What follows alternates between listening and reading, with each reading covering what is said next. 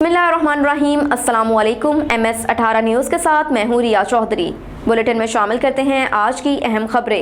खबर शामिल करेंगे लाहौर से चेयरमैन अल जन्नत होम्स चौधरी रुमेश बटर और उम्मीदवार बराए मेंबर सूबाई असम्बली राना गफ्फार की जानिब से फ़िरोज़पुर रोड LDA स्टेडियम में कबड्डी टूर्नामेंट का इनेकाद, जिसमें वफाकी वज़ीर राना मुबशर इकबाल, मामन ख़ुसूसी वज़ीर आज़म शबीर अहमद उस्मानी और दीगर रहनुमाओं की शिरकत।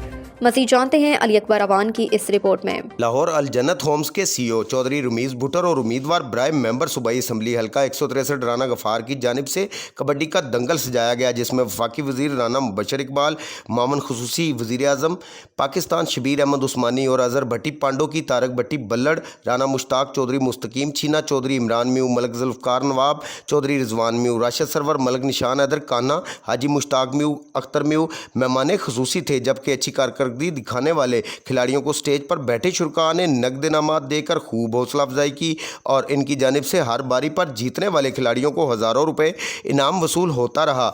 और इस मौका पर पैसों की तूफ़ानी बरसात ने खिलाड़ियों के हौसले बुलंद कर दिए।